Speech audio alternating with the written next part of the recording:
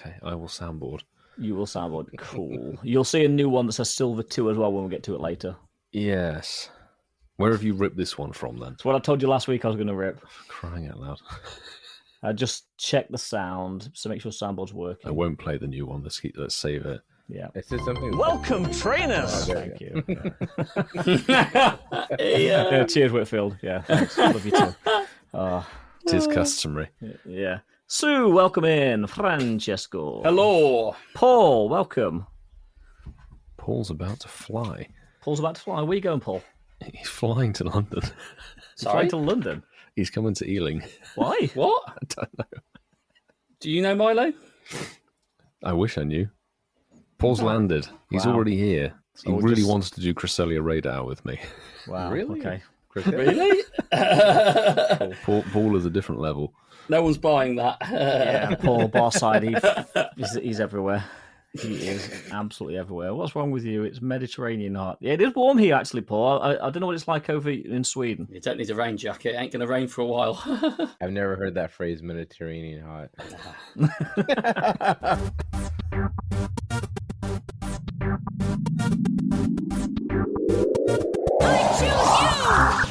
This week on Incensed Podcast, episode 221.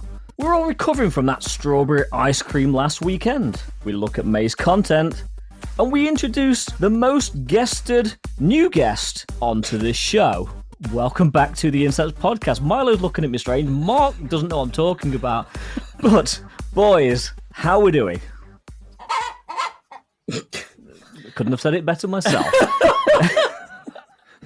Lovely strawberry ice cream weekend. It's a good job none of us are lactose intolerant. It is. I feel sorry for your girlfriend, Whitfield. Moving on. Moving on. Doing all right, Ian. Thank you. Yeah, doing all right. Thanks, mate. Yeah, still looking perplexed, but Good. doing all right. Okay, let's see if best expression. Milo knows what I was talking about during that intro. See, this expression is legit. All I got was the shiny ice Right. cream and May's content. Okay, let's get to divulge. it. This person has guested on the show before, but never guested on the show before. So, new to the podcast tonight, with his very first guest show, we have a content creator that has 27,000 subscribers on YouTube with combined 10 million views. He has extensive Pokemon knowledge, equivalent to more than the sum of the three of us. That's not difficult. He's already pre-ordered his Switch 2 and will definitely be playing Pokemon ZA. And he also streams on Twitch most days and has a following of over 20,000 subscribers. And probably loves theme parks as much or more than I do. Boys, I welcome to the podcast for the fourth time, but the first official time, awesome Adam. Hello, everybody. What's good? How y'all doing? How you doing, man? I'm very, very happy to be here. Very, very excited. This has taken some I'm here to time. talk, Pokemon, theme parks, whatever you guys want to talk about, I'm not talking about it. Whitfield doesn't do theme parks, but Mark and I do, so It's good. There's plenty of conversation because, we've had you on multiple tour shows, multiple Go Fest. Actually, throwing it right back to Barcelona, Yes. where you were Yeah. sat with us for the entirety of the episode, pretty much. that's right. With Pokedaxa, yeah. That was So fun, you have though. We had a been, good time. you have been a really, really reoccurring guest, as Ian has said. Yeah, I mean, I got my Skiddos. I was good to go. It was a good hang go, happy. Good to skiddo. And since Barcelona, we've been discussing getting you on the show, and for one reason or another, we confirmed plans changed. Milo had family emergencies. This has happened. That's happened, and it's taken the best part of 2 years to get you here today. But I'm sure it's been worth it. Thanks for joining us, bud. Oh yeah, I'm happy, dude. I'm excited. Better late than never. Always. Absolutely. So there's a lot of good stuff to get into in the show, particularly with a fresh guest. So we're going to spool through the formalities. Slap on the incense, boys. It's time to go. And of course, if you do catch or see something flee from you that was remotely exciting, you should tag us at Incensed Podcast on X, Instagram. Threads and Blue Sky still very much do exist. There is contact at incensedpodcast.com. The WhatsApp message, which apparently, according to Vasa, has had a little bit of love recently. Oh, it's had some action, man. It's had some action. to hear. The WhatsApp About number's time. been shown some love. It's been tickled slightly. If you fancy tickling it some more, it would be +44 759 269 5696, or you can message us directly through your podcast platform of choice. That would be fantastic. And if you're contacting us, please add hashtag Shinies of the Week. Clarify the spelling, please. And that would be, hopefully I get this right, hashtag SHINIESOFTHEWEEK. Drop it on your post, tag us, and we will hopefully see your fantastic catches. But I think we'll jump straight into some more formalities, Marky, shall we? Yes, let's do that. Just tell me about you, mate. Just what's going on? Great. I bet you're loving this. There's some familiar friends joining you. I love them. On this show. Shown in the best light. Maybe. No, absolutely. So no, we are going to do, it's a staple part of the show. Noise. Adam, it's the getting to know you section. This is like the starter to the grill, which we'll turn on later when the three of us just bombard you or bombardier you with various things. But no, I was... Oh, there we go. But this is one we're all going to answer. So the boys don't know this either. So the question for tonight's getting to know you question is, which unconventional animal do you wish you could have as a pet? Oh, that's a good question. Ooh. Unconventional. What unconventional? Unconventional. So a animal? bird doesn't count, Ian. Of course. You've already got one of them. Please tick that box. Don't wish I had a bird. Or a pet. I mean, if I had a nice, open, wide area, my favorite animal is a rhino. So I think Yeah. that, Big garden. yeah, Nice. my favorite animal is a rhino. So, like, if I could have, like, a rhinoceros that could ride around in a giant field, they actually were friendly, and I just want to get stomped. I'd Yeah. have a rhino as a pet. I think it would be fun, like Donkey Kong style. You ever play Donkey Kong? Oh, you Yeah, said yeah. Personal yeah, safari. yeah, basically, So I think that'd be fun.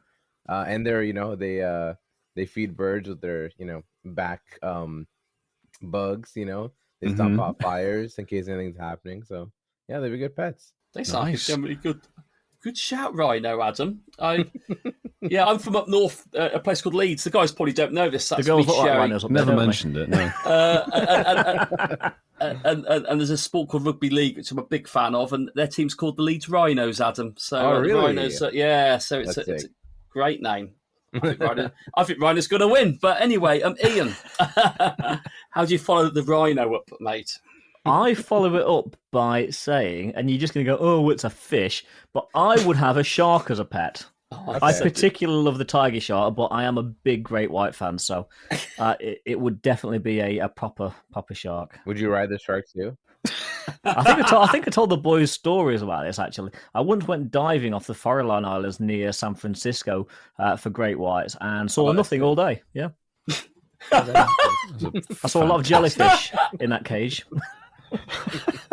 But Adam, Ian is related to the great white shark, so the other people swimming around with him would have gone, we saw one. So it was Ian's very, what's the word, Ian? Straight to the point, isn't it? I'm a pussycat. I'm not that bad. So we've got Rhino, we've got great white shark, Milo. I think I would have to pick the thing that is featured on both, not just my microphone, but Adam's microphone. I would happily have a sloth as a pet because it seems incredibly low maintenance and also just epic memes. I'm sure you might have seen the video of the sloth they're trying to move it out of a construction site. It clings onto a broom and someone puts on the Harry Potter music. I've actually seen that. It's That's quality. amazing. What else? They only go to the bathroom once a week as well, so there's not much mess to clear up after them. So It's kind of your spirit animal, isn't it? yeah, I mean, I have to go a few more times, as you know, Vasa. But I'd take a sloth. Doesn't matter which variety, but I think it'd be quality. Francesco said he'd love a sand cat. Is that not just a cat? Sand cat, A sand cat. What's a sand cat? a sphinx. I don't know. What would Marky pick? Actually, come on. What would you choose? Fill the Incensed zoo. Fill the incense suit. I'm not going to give loads of options. I'm just going to pick the one I picked. But yeah. Oh, hello.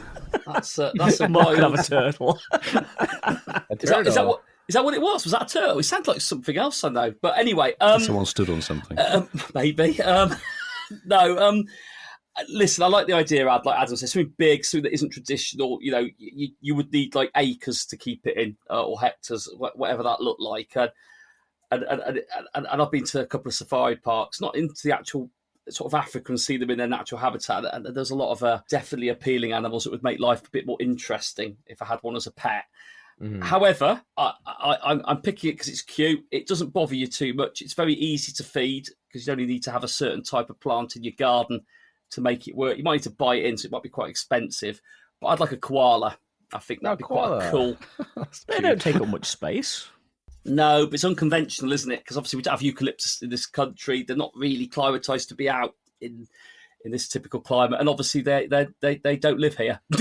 Naturally, they're in. So, fun fact about koalas: I think they sleep like 16 to 18 hours a day, and that's why Komala has the comatose ability, or just sleeping all the time, basically. That's yeah.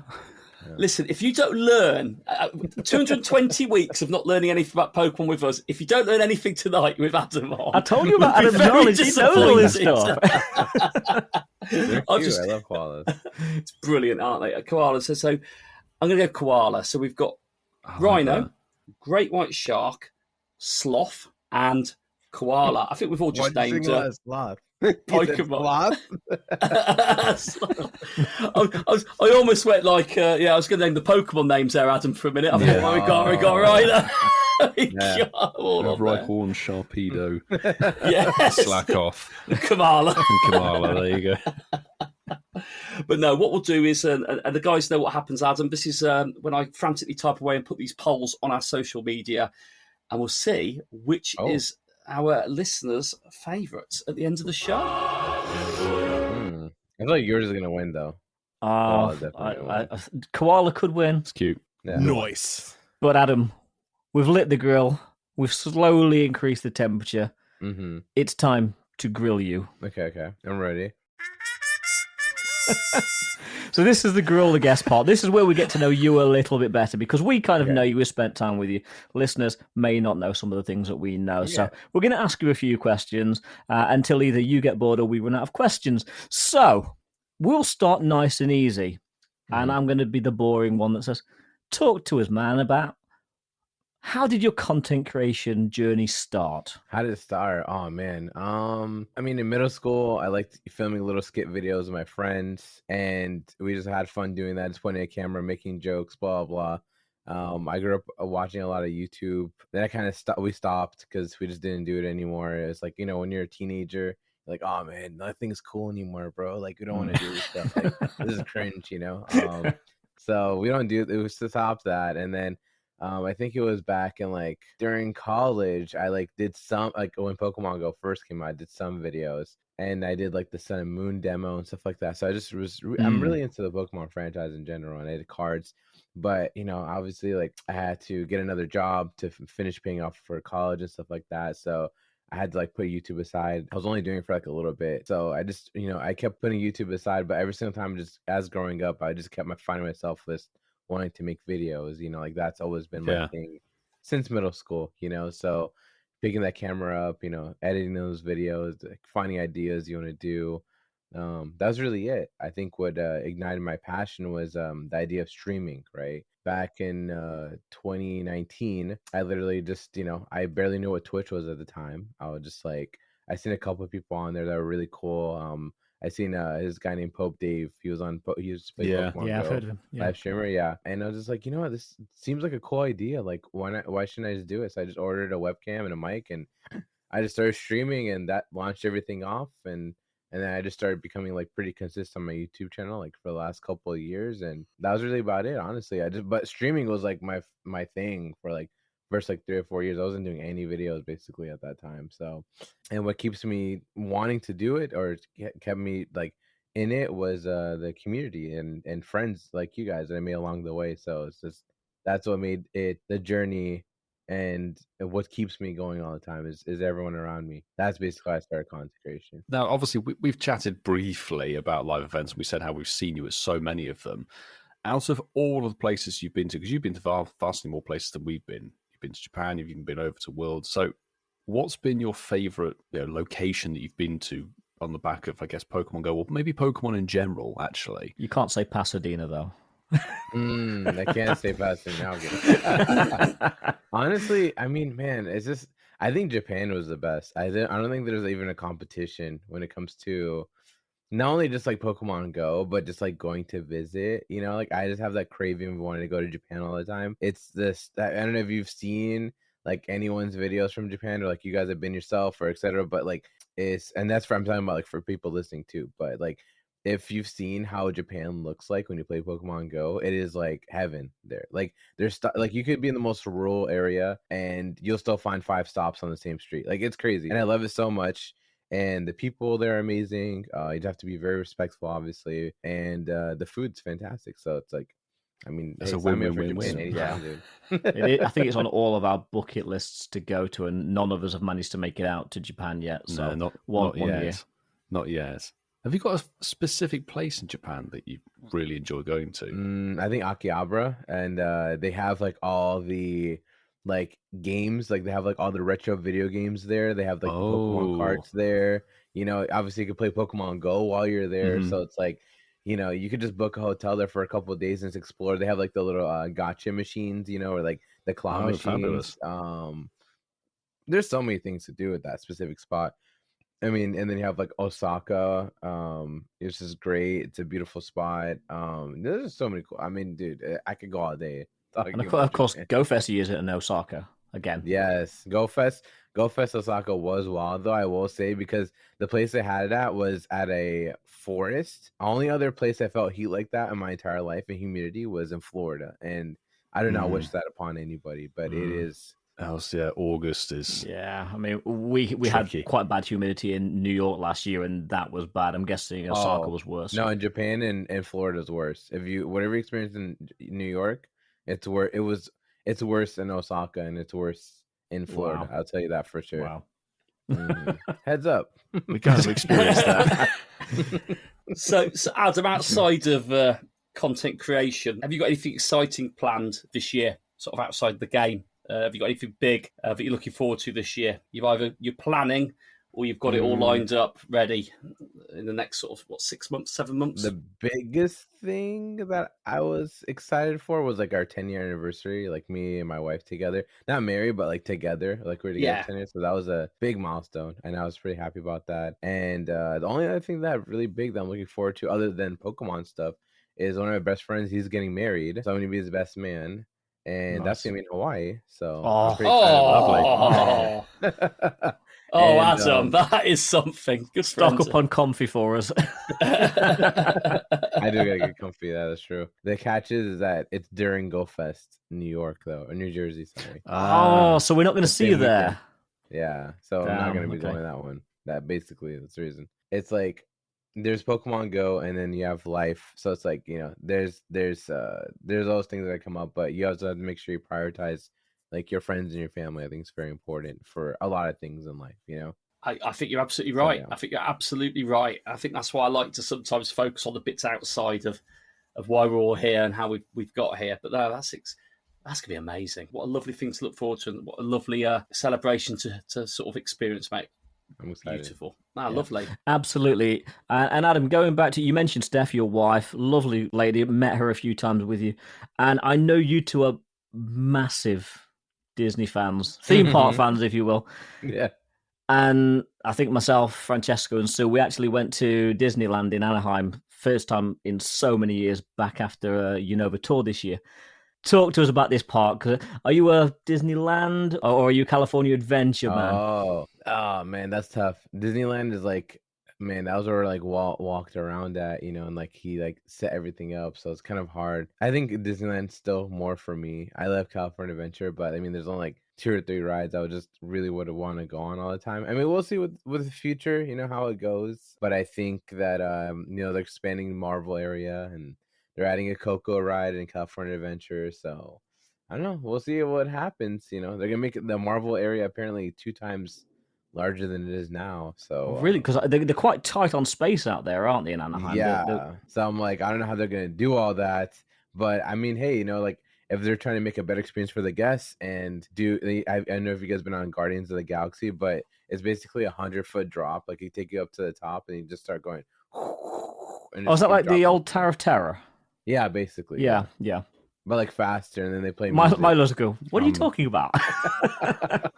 Yeah, look at a video of Guardians of the Galaxy ride, then you'll see what I'm talking about. Yeah, that's a great drop ride, actually. Yeah, I love that one, though. But Disneyland, I think, has a lot of classics like Space Mountain and Matterhorn and all those, just I can never get tired of them. I want to just segue this before Milo jumps back in. Okay, now Universal Studios Hollywood. How do you compare the two? Is Disneyland your favorite, or would you rate Universal higher? See, Universal, the thing is like Universal wasn't built to be a place where rides are happening. Universal's history is making movies there. Yeah. Like you go over there. Well, it is the studio, isn't it? Yeah. Yeah, they've done over 100 years of movies, which is like, a lot. Other places can say that. There's only a couple, right? So having that history and I love movies myself. If you guys ever need a movie recommendation, you can ask me. Watch a lot of movies and TV shows. I grew up a lot with that.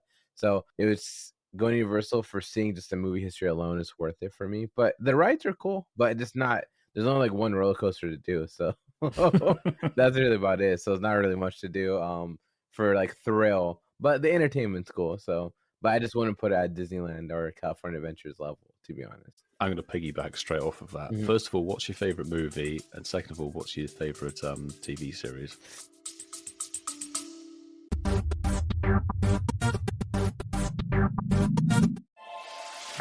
Are you in the travel industry and want to stay ahead of the competition? Then add Travel Trends with Dan Christian to your podcast playlist. Dan Christian is a highly respected travel industry executive and entrepreneur. He covers the latest trends, insights, and innovations that are shaping the future of travel. Travel Trends with Dan Christian is a must-listen-to essential resource for anyone in the travel industry. Available on Apple Podcast, Spotify, and TravelTrendsPodcast.com. Transform your travel business with Travel Trends with Dan Christian. Tune in right now.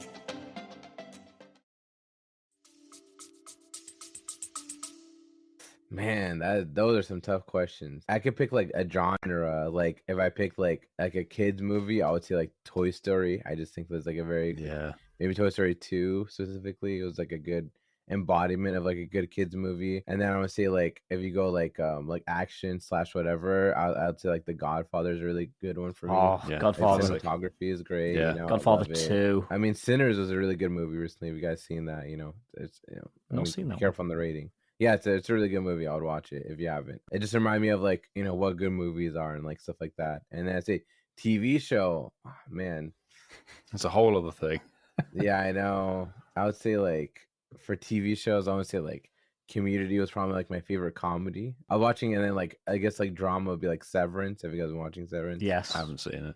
Yes, yeah. See, so it's a phenomenal show. So it's like I just love like when they go super deep into like good. I just love good writing, good cinematography, and I'm good. I would enjoy the whatever it is that I'm watching. Honestly, it could be about nothing, honestly, but as long as they do a good job with the script, and like I said, I just watch a lot of TV shows. So, were you a cartoon man or an anime fan? Oh yeah, I love anime, cartoons.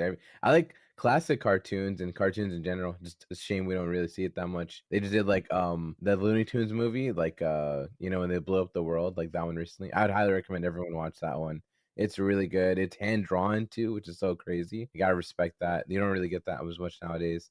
And then anime, One Piece is my favorite. I don't particularly know it, but if you recommend it, I'll dig it out.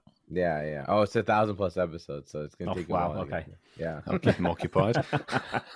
Pokemon's like 1,400 now. Yeah, something like that. Maybe more actually. I could be wrong. Someone could look it up. How many episodes are in Pokemon? So yeah, Ian's got plenty of time, so I'm sure he will like to start something new like that. He always talks to us, Adam, like, I've just got loads of free time, guys. What can I do with it? So I've got loads of time. Yeah, I only work 10 hours a day, 11 hours a day.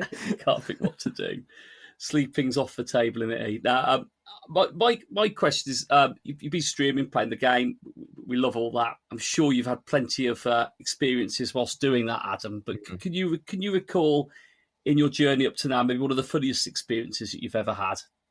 Whilst sort of performing your content. For content-wise? Yeah, for content-wise. I know some people they'll be walking the streets and then someone like jumps behind them and waves at the camera and then runs off, or someone man. sends a silly message or something on a stream. Have you got anything that sort of? Man, I have too many things, bro. I don't know. I mean, I've had a time where like I've eaten like crickets before for charity. You know what I mean? Like, like those ones. Yeah. I've gotten pied before. Multiple times for charity. Those are some fun stuff. I did a lot of dress up and like random little costumes. I dressed up as like Pikachu and Tom Nook and Charizard. Actually, Snorlax. the first time we saw you was at Worlds in London. You was dressed up. It was Giovanni, or was it Snorlax? Oh yeah, I was Giovanni. Wasn't it? Worlds, I do a lot of random stuff on stream, so it's like, there's just a lot of things where I'm like, I mean, there's a lot of stuff that I could say. I mean, and I've like thrown, kicked plushies around or thrown them around. I've lifted my couch off the ground and flipped it. I mean, like, there's lots of crazy times where I just, there's a lot love it, Ad. Love it. Listen, we'll give you a chance at the end to share all your socials. But if you have, make sure you listen to the end of the show because you can experience some of this when you watch Adam. Another reason to keep people on to the end, Adam. We did a giveaway last week, and we did it right at the end of the show in typical. That's how you keep people in tune. True typical fashion. But no, I like that. It's unpredictable, isn't it? When you do things like that, which is we had reversal on Adam a few weeks ago, and and he brought out all his little ball. But reversal, we were doing some of the sound effects, and then he brought out like a whistle, didn't he? When he brought out his flipping he brought all his percussion out, and he was like doing the choo choo, and we're like, this is brilliant. Train whistle, yeah. I can do a sound bit if you guys want me to. I'm really good at voice impressions for Pokemon. We'll definitely get you at the end. Yeah, we'll get you at the end to do something. Yeah, for sure. Definitely. It's done. Going back to what you were saying about when you first started the channel, you went to college, and obviously YouTube took a kind of a backseat. What did you major in college, just out of interest? I studied business management specifically. Okay. I was going to do a minor in economics, but that was going to take me another year. So I said, get me out of here. I'm not gonna pay any more money. I'm done. It's not cheap, is it, the college? Okay, one other very quick question from me. Switch 2, what are you looking forward to the most? Are you looking forward to Mario Kart or... I mean, I'm excited to see a Pokemon game at 60 frames per second at 4K. I mean, that's going to be nice. But do we think ZA will actually work, or will it be like... No, it'll be fine. I've said this before publicly so many times. The Pokemon games were always held back by the hardware. Pokemon games could go a lot more far if they were on some better hardware, unfortunately. But now we are at a place where it is, and we'll be able to play them at what they were supposed to look like. And the thing is, like, the 3DS and DS era, it maintained that perfect middle, like, ground of, like, how graphics supposed to be met. Same with, like, X, Y, and Omega. But when the Switch came out, Let's Go was beautiful. Let's Go was a beautiful game. Still, to me, my favorite, most aesthetically looking Pokemon game on the Switch till now. But yeah, it just because as the console grew older, the games couldn't, they're like, oh man, we're making games for this old thing. Switch is 8 years old already, bro. It doesn't feel like it, does it? Do you prefer the open world style maps or the OG style? I mean, for me, I just prefer. I mean, I'm okay with open world. I like having open world sections, but open world in general is like, it's too much of like a gimmick now. It feels like, like, oh, everything's open world, So I like some open world areas and maybe some like linear, like, oh, I could just go in through here. And I kind of miss it going in random people's houses in the game. That's kind of funny too, but can't really do that right now anymore. But yeah, I think the Switch 2. I think Donkey Kong Bonanza is gonna be my favorite one. Donkey Kong. We talked about that earlier. Donkey Kong does look good. I do like the Mario Kart, but I'm not liking the price tag of that game. Yeah, it's $80 and then $70 for other games. Now I will say I've played Mario Kart and I played Donkey Kong over here already because they had the Switch 2 experience. So I saw you with that on Instagram. Yeah, it looked good. Yeah, it was really good. Honestly, like, I know it sucks with like the prices and stuff, but I've looked at like older ads and like there's games from the N64 that were like $70. Oh, really? Jeez. Yeah, wow, I have pictures of it for 7 years. Like, games have been a lot since the beginning. I mean, like, I looked up like Pokemon Stadium was like $60 when it came out. And there's like a Pokemon Stadium with like the controller stuff like that. Like, that's different, but that was like $100-something or whatever. But I think just games are just unfortunately catching up to what money costs nowadays, and they're trying to. And if you look at like what $60 costed like in 2003, it's like $120 now. So it's like it's a lot of math. But I will say that games technically were supposed to cost like $90, $100 now, so I'm kind of happy it doesn't. You know what I mean? Yeah. Like it could be worse. Yeah, Francesco in the chat's just saying that Donkey Kong is the only game he's looking at right now, except for ZA. Yeah. But Mario Kart is a lot of fun. I will say it's an interesting it's Mario Kart, but man, it makes the last Mario Kart game look like the beta version of this one. So cool. Yeah, cool. It's crazy. Exciting times. Adam, a bit of a funny question. There is a reason I'm asking you this because I'm going to lead into it a little bit more. When you broke X for a little bit, might have been Twitter back then. Five Guys, is it better in USA or Spain or Barcelona? Which one's best? Would you, in your opinion? Say, man, that's tough. I feel like the burger itself was better in Spain because I think maybe because of the meat. But I will say the fries were still better over here though. Yeah. I tried the fries over there in Spain. It was kind of whatever. But the meat over there, the quality, I liked it in Spain though. On a sidebar to that, the two. Tom got us going to Cane's while we was in LA this year, and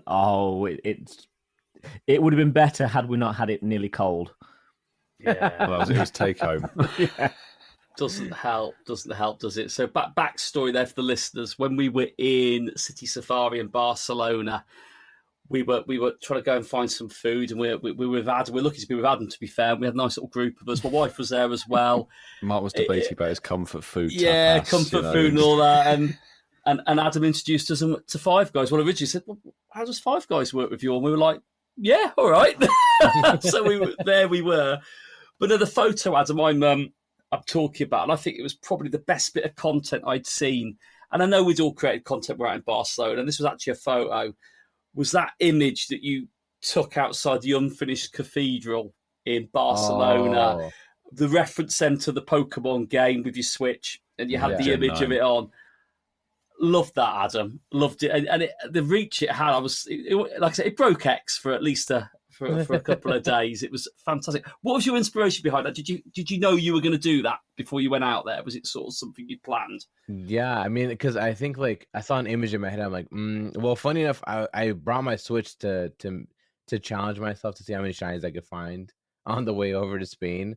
I found a lot during that time, but I was like, I have my Switch here. I'm like, why not just take a cool picture? And then it was something inspired, I was like, well, I'm in Spain. This is the Paldea region, IRL, Yeah. So I'm like, why not find something cool to take a picture with? So I was with Poke, and he was nice enough to take that picture for me. So I wouldn't have been able to do it without him. So shout out to him. So he literally spent like 5-10 minutes getting a good photo for me, and that was the one. We landed on that one, and I think I've done it a few times. I've the only one I still want to do is over with you guys in London. I need a good picture with my Switch with Sword and Shield at a good location. That's still one that I'm missing. So might stop by you guys at some point and might do that, possibly. I don't know when. Welcome over here. I tell you what, Adam, we will come to London if you're prepared to come over. Yeah. Whenever I do, I'll let you guys know. Of course, honestly. I'm like, hey guys, I'm on my way. Milo will go central. We'll come over. Milo will start sweating if he has to leave Ealing. Oh my god. Can't go in on the Elizabeth line. Oh my goodness me. Milo will go, no, Adam, this was in the game, but this is a park in Ealing. No, this was part of the game. Trust me, that green bit there. Don't worry about Tower Bridge or Stonehenge. Just Ealing is what it's about. Yeah, I'm trying to think of like I think like Hammerlock is like the most memorable area in the game. I think there's gonna be something with that with London somewhere. I gotta look it up. Oh, nice. I'm sure I think like every Pokemon game has like certain a real inspiration of like a certain building or something that you could get a picture of. So I've done a couple of that. I've done it in Japan. I'm planning on doing it in France because X and Y Kalos was in France. It was in France, so the Eiffel Tower is literally in the game. It's not as big in the game, funny enough, as it is in real life. But I definitely want to go do something like that. So I think it's just cool how the Pokemon world and real life just like melds with certain points, and you're like, oh wow, this is really based off of it being here, and it goes to show how much the Game Freak and Pokemon really take time to get their inspiration and little things like the Alola region, for example. I'll give you an example, right? Alola It's based in Hawaii, and then Hawaii they have a dessert or a snack called malasadas. Now, malasadas are like known to be a Cuban thing, but they're a big thing in Hawaii, right? They're like a huge snack. Like it's kind of like donuts, similar to donuts if you had them. But they include it in the game. You know what I mean? So it's like those little things where it's an item that can heal your Pokemon that you eat it or whatever stuff. So it's stuff like that I really like about the franchise. They include little things in there that you really appreciate. So yeah, those real world pictures, I look forward to doing more. So honestly. you mentioned Paris, and you get a picture with the Switch in Paris. Is that a little hint you might be seeing us in Europe? Yeah, I mean, I'm planning on going to Paris. You know, I'd like to go. You know, got to look up the flights and the hotels and the all the logistics. Yeah, go for a few days. You know, go to the Eiffel Tower, eat a croissant. Find a maybe some baguette. escargot if someone wants to, is willing. You know, Yeah, possibly. Ian likes a baguette. Say you in. we all like a baguette, Mark. And then maybe go to Disney, obviously, you know, while I'm out there. You know what? I said that to these, and they're all like, nah, forget Disney. I'm like, okay, if Adam's coming, he'll come to Disney with me. That's crazy. Oh, Ian, you've got your plus one. I've never been worry. to Disneyland Paris. you in wanna it's go, been there it really 20, is, 30 go. years. I've never been, so it's on the bucket What? list. I've never been It's to like right Disneyland there. Paris. It's like, Can't you just swim down? And it's like go to 3 the hours one away ride? from me. I've never been. Yeah, can't you just take like the little boat thingy and then you're in France? Yeah, Ian, or just Ian's got on the a pedal train. I think I'll have to. I want to see Ian with his Mickey ears on. Yes. Need Ian. that picture for socials. Wow. Because The problem is, though, Disneyland Paris doesn't have a Galaxy's Edge, and I've got to admit that's... oh, is that what it is? Yeah. Yeah. I heard like Disneyland Paris is probably like I think like the bottom two of all Disneyland parks though. Probably. They really need to build a new park, actually. They've got the land, but it's not happened, so... Yeah, I'm excited to go though. If I do get to go. We're getting Universal in the UK soon. Oh, true. You guys are. Yeah. Disneyland Ealing, maybe. I don't know. You guys, So- this is from LA right here. Yeah. Oh, it's Universal. That's good. People never think about that, but LA has literally spawned Universal and Disneyland, or Disney in general. Disney and Universal both came from LA, so it's like Yeah, that's everyone why it's, thinks like, Florida, the entertainment but yeah. capital of the world. Well, I don't know about Ian. I haven't got anything else, but I am very eager to see what his response is to your I want to staple. hear the response to your yes. question. And I also want to see how long the question is, because it's that long since you've asked it. It's probably going to be quite a long lead into the Oh, question. goodness, I forgot about that. That's a very good point. Very good point. So, Adam, you've managed to. Brace yourself. I've got to set a scene, Adam. You've got to work with me. This is creative, creative brilliance. I wouldn't say brilliance. It's creative cogs whirring in real time here. So, you're in. Oh, there we go. Two of them. You're in Paris. You've managed to make it happen. You've just had a nice warm croissant. You're on top of the Eiffel Tower. Maybe a fresh glass of orange juice that they do serve on the Eiffel Tower. Might be quite nice. You're looking across skyline. You see a boat actually from up there, which is a bit weird. And there's there's Ian on it. He wants to jump on it to go and see Disneyland. I don't know what that's all about, but you're there enjoying some time. You can smell the baguettes at the boulangerie around the corner. You've been up there for quite a while now, actually. I don't know why it's now suddenly going into the evening. Don't know how long you've been up there, but you've been mesmerised by it. You make your way down voluntarily, I may add, and you want to soak in some more of Paris and the delights of it. Bookshops open till midnight. Car dealerships on the high street in Paris near the Arc de Triomphe till like 3 a.m. All these lights capture your eyes, but something's happened. You've realised that actually you want to go into the darker levels of Paris and understand what the nightlife's all about. You've gone, there are some there. Not the Moulin Rouge we're talking, Adam, but we're talking about semi-Moulin Rouge. And for some reason, and only my question can bring this scenario to you, you need to have a wingman there with you, because you might have brought your lovely lady, you might have brought Ian with you, but for whatever's happened, they're not there. You want to carry this adventure on for the evening or the night. This wingman, however, Adam, can only be a Pokemon. And it's got to be a Pokemon wing person of your choice. So my question to you, Adam, is which Pokemon would be your wing person? Wingman. Wing thing. Wingman. Wing thing. Your wingmon. Which Pokemon would be your wingmon? And why? Yeah. More importantly. I'll give you a good response to this answer right here. So, do you know what Jirachi is? You know, in Pokemon? Yeah. So, I'll get Jirachi and just wish I was literally anywhere else in that scenario. I like it. My buddy is currently Jirachi in the game. Thank you, Steve. Steve from Norway for that. That's a good answer. We've not had that one before, Adam, to be fair. We've not had that one before. My second was Abra. If you said no legendary, that was just teleport. I just don't want to be there, Mark. Get me out of that scenario. Listen, dude, you don't know what happens at night, especially by yourself. And with a Pokemon, might not be able to help you. You don't know what's going on. Exactly. You're not going to pick a slack off, are you, in that scenario? For just fall asleep at a bar for slack off, dude. It's just an unusual pet. That's all it is. There we go. That's the answer. Love it. Jirachi. And by the way, Generation 3 is my favorite, like the Hoenn region completely. Yes, good man. Yeah, it's my favorite one. It's the best one. It's the era, the cards, the anime, the games. I mean, Vegas. we had like Ruby, Sapphire, Emerald, Fire Red, Leaf Green, Pokemon Coliseum, Exeggutor Darkness.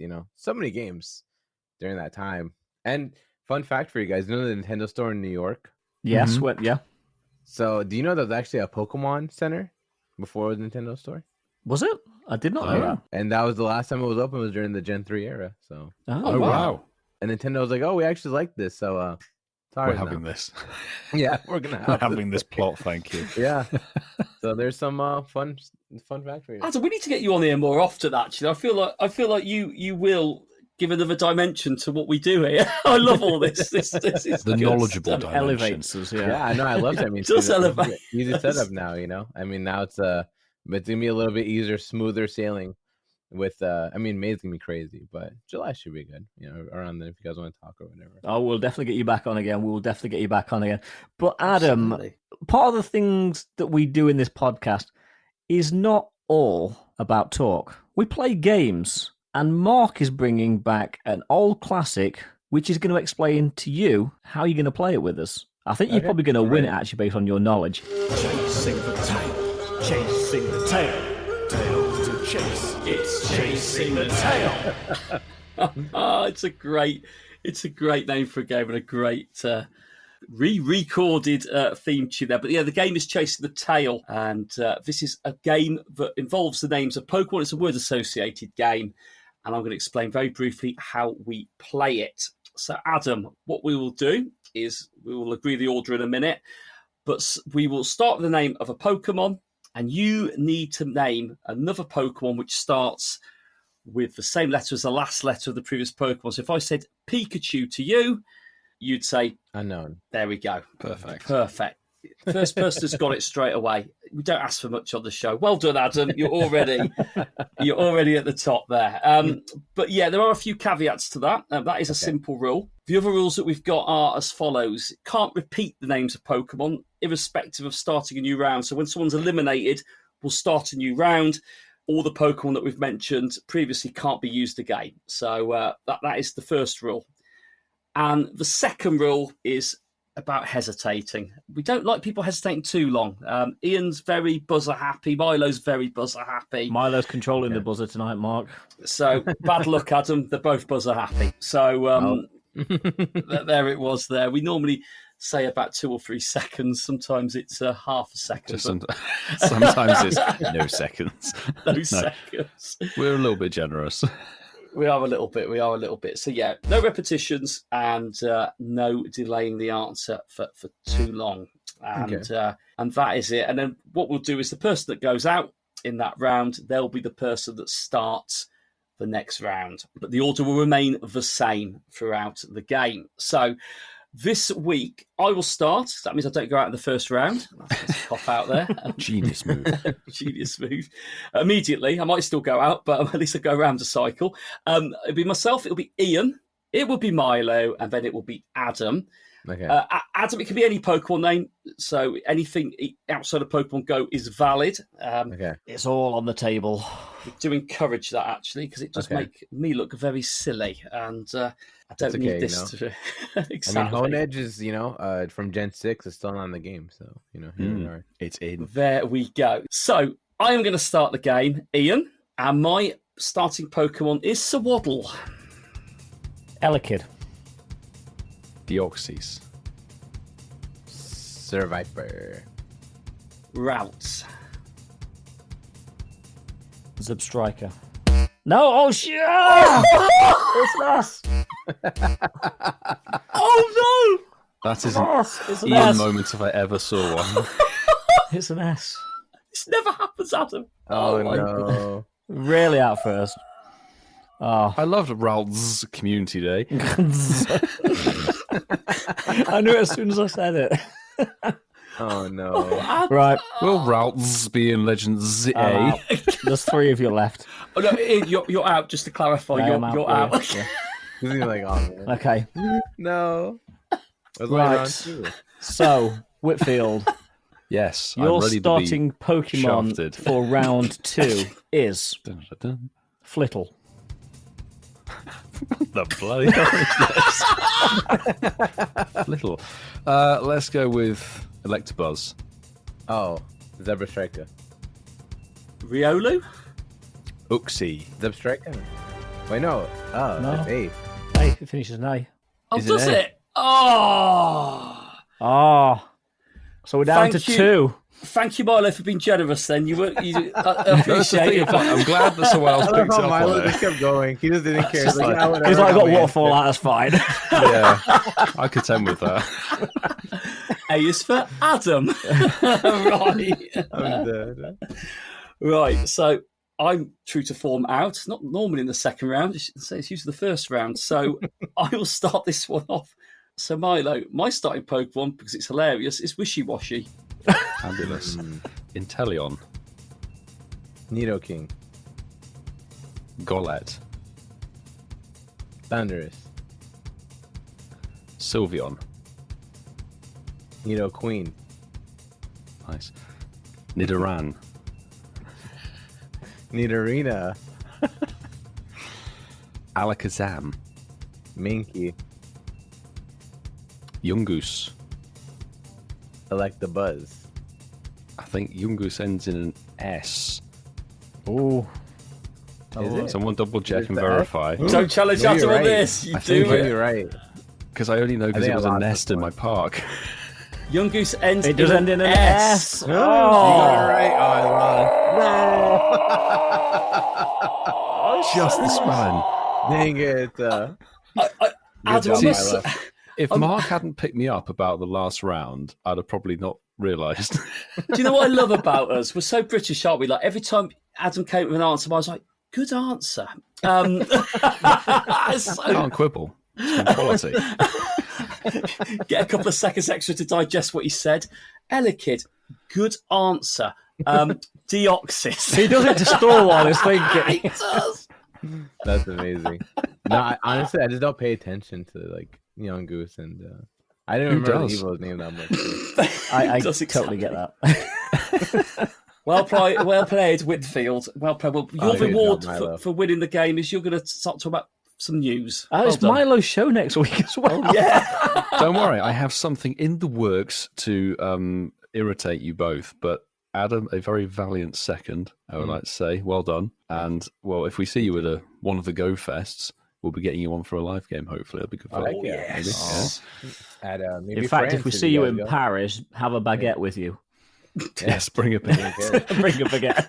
Not a warm BYOB. one, though, Adam. Someone told me to get like duck over there. Apparently, it's like really good. Duck's good. Yeah. Duck's good. Mhm. Apparently, Snails as well, Adam. You'll like them. Snails. Yeah, no. And frog's legs. Escargot. Escargot. Escargot. Cargo. Cargo, like that. And Greninja legs. Ninja legs. Right, we're going on a tangent. Whitfield, We are. it's time to bring us this week's. It's the news. Oh, yes. And I don't think anybody will be consuming this animal, but May's Community Day has been officially announced. After it was unofficially leaked on Instagram at the weekend. Well done, German accounts. That was honestly quality. I mean, if you're going to mess up in style. I think that was brilliant. Absolutely. It was then when they put the video teaser out and everyone's like, You do know we already saw what was going on. But it is, of course, Pawmi featured on May the 11th, which is a Sunday, 2 to 5 p.m. your local time. The featured attack, if you evolve your Pawmo into Pawmot, it will be getting Brick Break, which does some power in trainer battles and the same power in gyms and raids, if you care. But we do care, Milo. We do care. Do we? I thought we didn't care about power. We don't care about power. Fair. It's Nah, equally as good or equally as bad, depending on your outlook. Break some bricks with your Pawmot. Anyway, Anyway, moving on. We have the Community Day special research, which costs a total of $2 US, not one, but two. And it will give you 3 additional encounters on the Pawmi that have a Might and Mastery themed special background. Woo. Additional encounters of the Pawmi, 1 premium battle pass, 1 rare candy XL, and even more goodies. I would like to also mention, people complained about the $1 increase. Understandable. I get it. But I will say, I really do love that the 3rd page gives you the evolved Pokemon now, or like the final form, and that one can be shiny. Yes. I had a recent video of mine for Fuecoco Community Day where I checked, and I didn't know that was a thing. And I checked it, and it was a shiny Skeledirge that I got on the nice. 3rd fate. Nice. Oh my goodness. Yeah. So, I do really like this change of having evolved shiny Pokemon being encountered.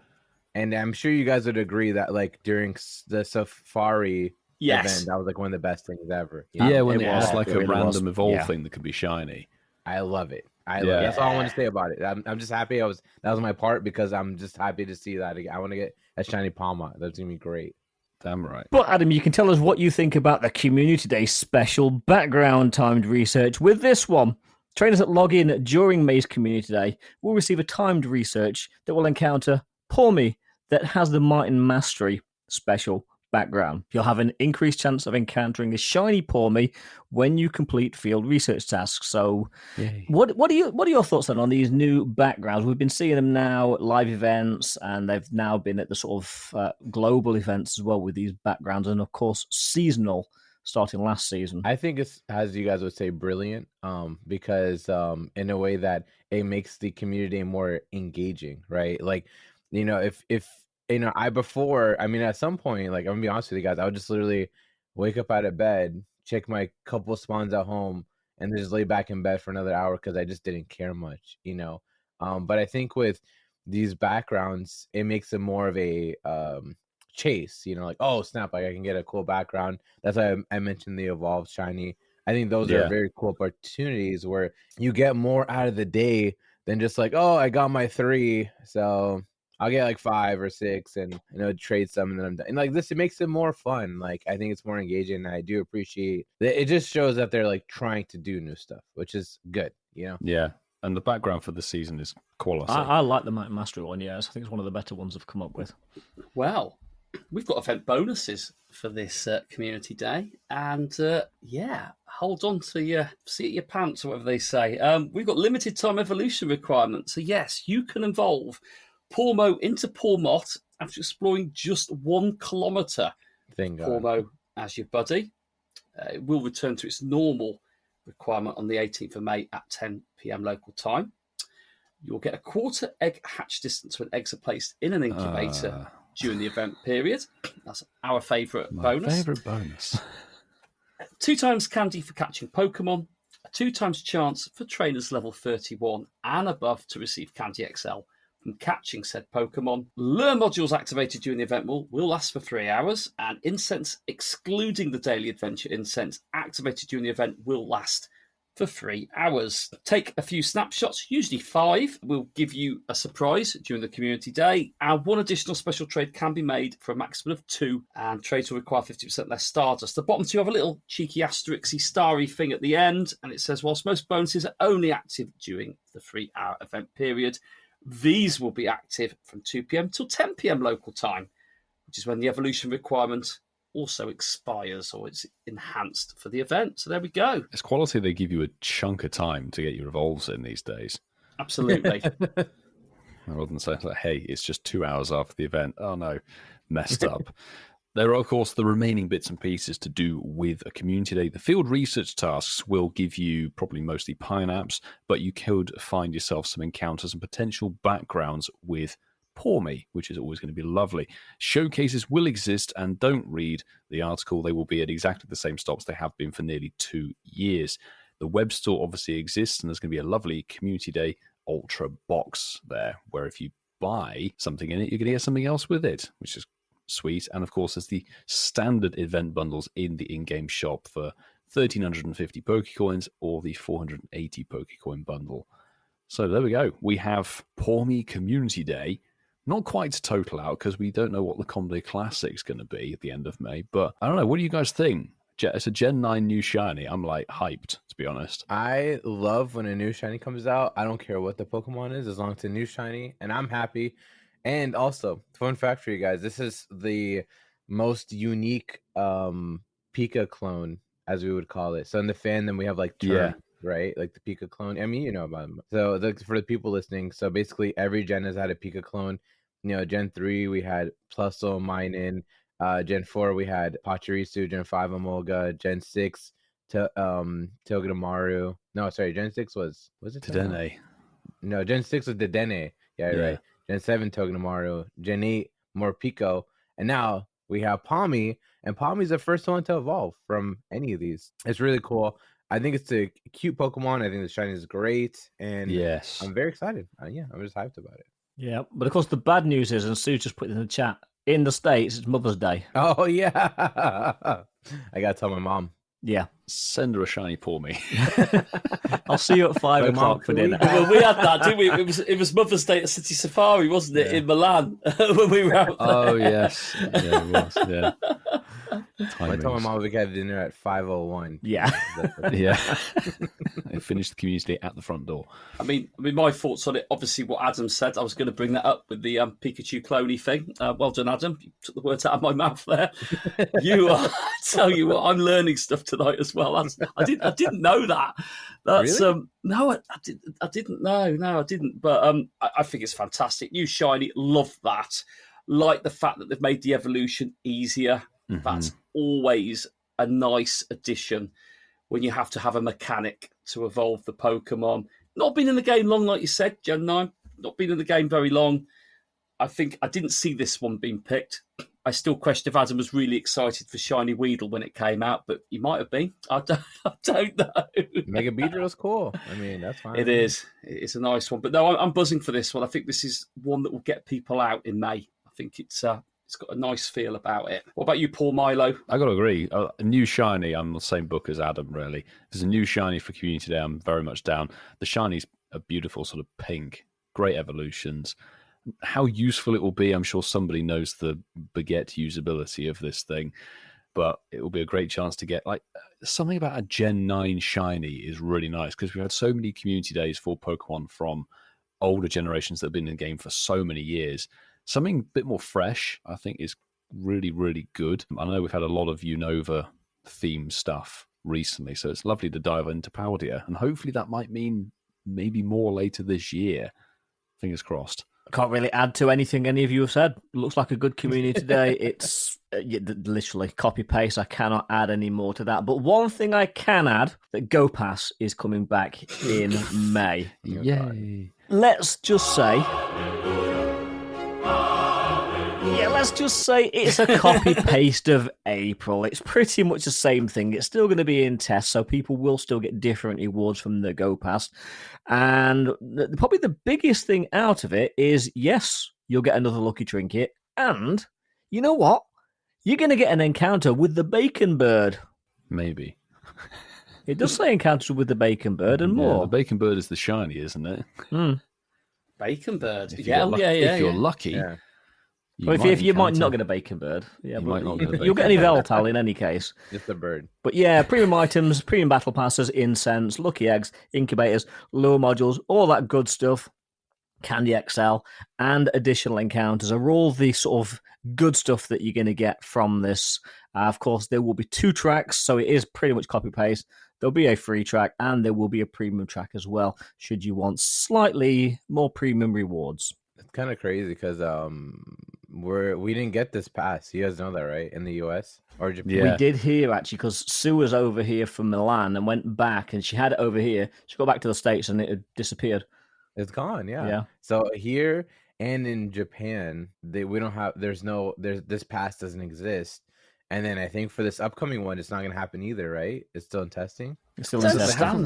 haven't confirmed where it's going to be, and they never confirmed where April was going Yeah, to be. they're still saying in the article that before we launch GoPass globally, we want to ensure it's got a positive impact. Niantic, it has. People like it. Release it to everybody. Actually, yeah, quickly, how are you guys doing on your April GoPass? Ooh, that's a very good question, Miles. I'm quite proud of myself on this because I'm currently at rank 183 on it.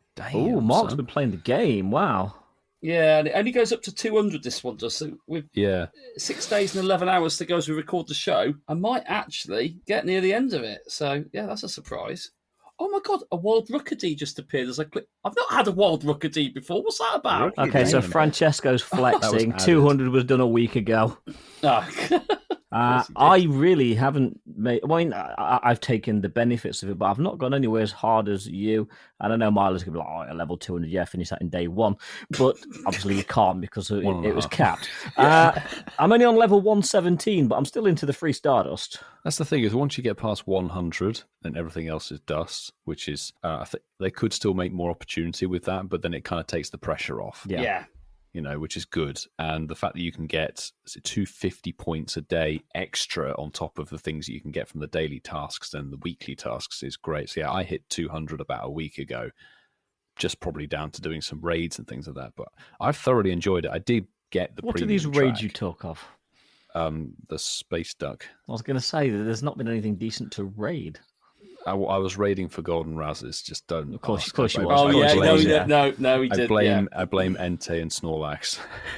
That's the weakest excuse ever. I was raiding because I needed to build up stockpiles of golden. Genuine. He had none in. I know he had none, but it's still a weak excuse, isn't it? What are you expecting me to do? Raid the Detonator? Yes, it's better than the Space Dog.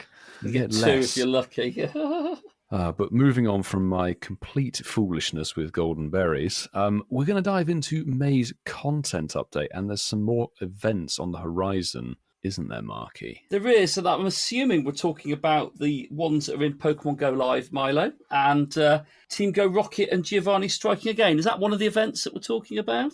Which is going to be running from May the 14th, starting at 12 a.m. local time, and that'll be running through to May the 18th at 11:59 p.m. local time. There you go, Milo. You can start a 24-hour grind at midnight for this one. Can't wait. It's got event bonuses. So the event bonuses for this event are Team Go Rocket will be appearing. There'll be appearances.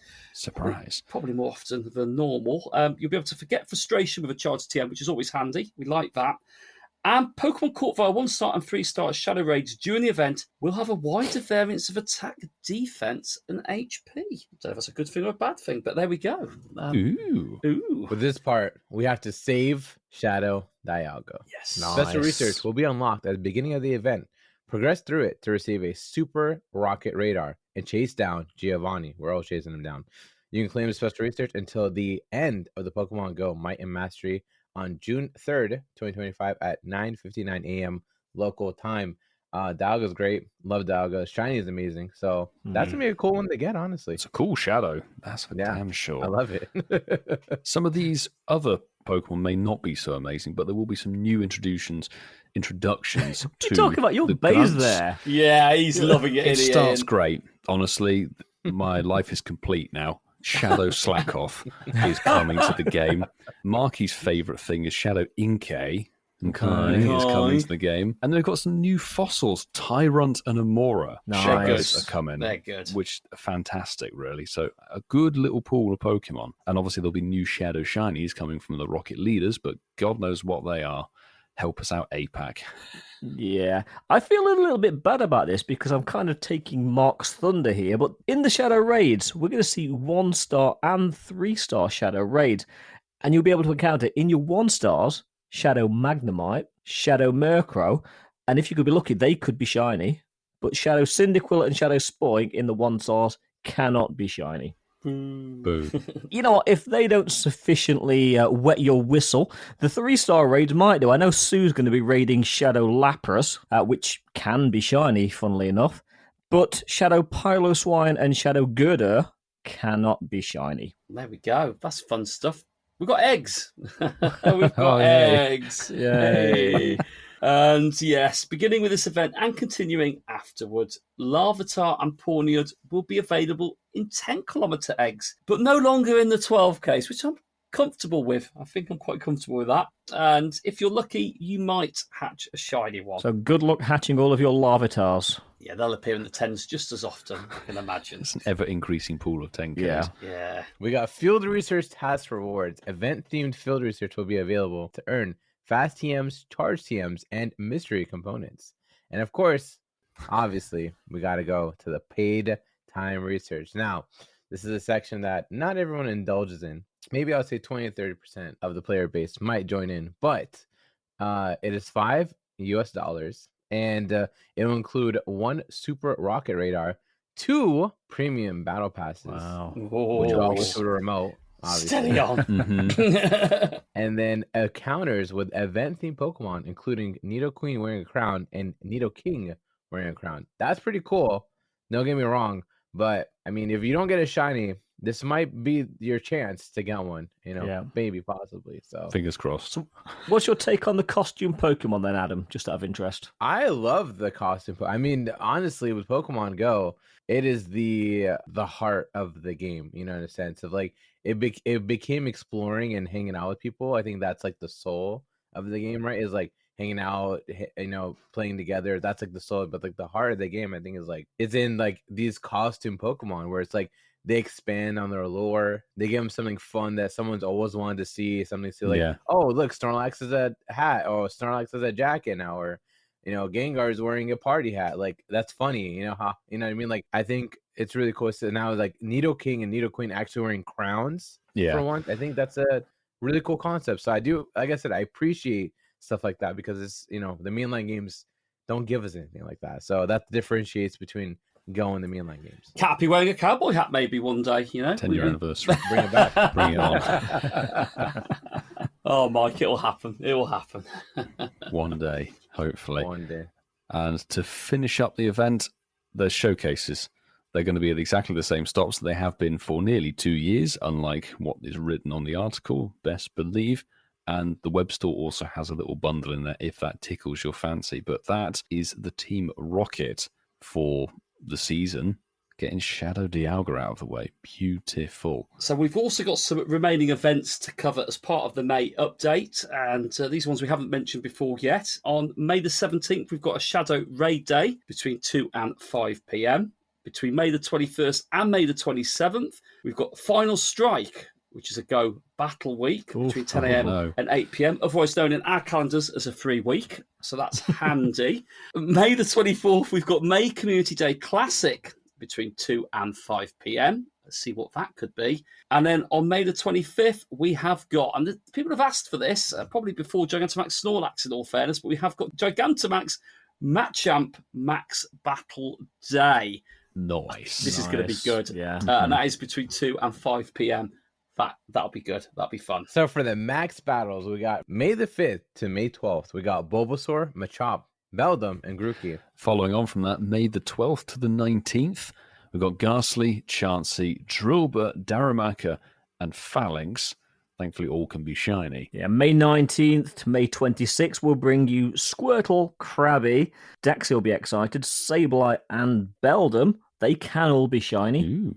Sableye. And then for May the 26th, right through to June the 2nd, we've got Ghastly, Pidove, Rookidee. Wow, Shadow Rookidee already. And Phalanx. All of them can be shiny with the exception of Rookidee. And then on Max Mondays, we got Grookey for May 5th, Ghastly May 12th, Sableye for May 19th, and then Rookidee for May 26th. 2 new ones. Nice. Yeah. Mm-hmm. Now we've got some okay spotlight hours coming up in May. First up, May the 6th with 2 times Catch Candy is Furfrou, which you need tons of them to get all the different trims if that tickles your fancy. However, the one I'm looking at, May the 13th, Sandygast. Yes, please. Yeah. Fantastic. May the 20th, with 2 times evolving XP, is Poochyena. And to round out May, 2 times Catch Dust on Golad, which isn't the worst shiny. They're all right. They're all right. They're not too bad, actually. They're better than we've seen lately. Now, moving into the 5-star raid situation for May, Tapu Fini will be with us between May the 1st and May the 12th, and it will know the move Nature's Madness. And then between the 12th and 25th of May, the Lake Trio are back. Depending on your region, will depend on which one of these you get. So Uxie will be available in the APAC region. Mesprit will be in EMEA and I. And Azelf will be in the Americas and Greenland. And then rounding out the month, Tapu Bulu will be back 26th of May right through to June the 3rd. And that will also know the special move, Nature's Madness. Now, your raid hours, we know they're on a Wednesday between 6 and 7. May 7th will be Tapu Fini. The Lake Trio will be May the 14th and May the 21st. So you've got a double there. And at the end of the month, May 28th will be Tapu Bulu. There we go. And to round out this little bit of news, we've got mega raids, and these raid bosses will change at 10 a.m. on these days. But from May the 1st running through to May the 12th, you'll still have a bit of Mega Houndoom to keep you entertained. Mega Gyarados will be following it, running through to May the 25th. And then, oh wow, fantastic. Mega Altaria is going to be there to June the 3rd. Interesting. And then we have Shadow Pokemon. And actually, I don't dislike this one. Shadow Regirock will appear in Shadow Raids during weekends from May the 4th to June the 4th. Just as remote raid these Shadow Raid bosses again. That was good when they allowed us to do that. Yes, please. But yeah, that's in there. Decent shiny Regirock. I know there's a lot of shade on the Regis, but yeah, that is in there. So what do we think Shadow. then? What are our thoughts on these final months of the Might Mastery season? What are we thinking? I mean, honestly, I think the one thing I'm excited about is finally seeing Urshifu in the game. So that's the final stage. Yeah. Oh my goodness. Yeah, I'm excited for that. Like the most. I think honestly, it's been pretty cool so far. I've really been enjoying this Mighty Mastery. I think. I think this season's been okay. May's not looking too bad. I think we talked about it the other week. It's nice to not have too intense a month leading into GoFest season, or as we're now calling it, GoFest month.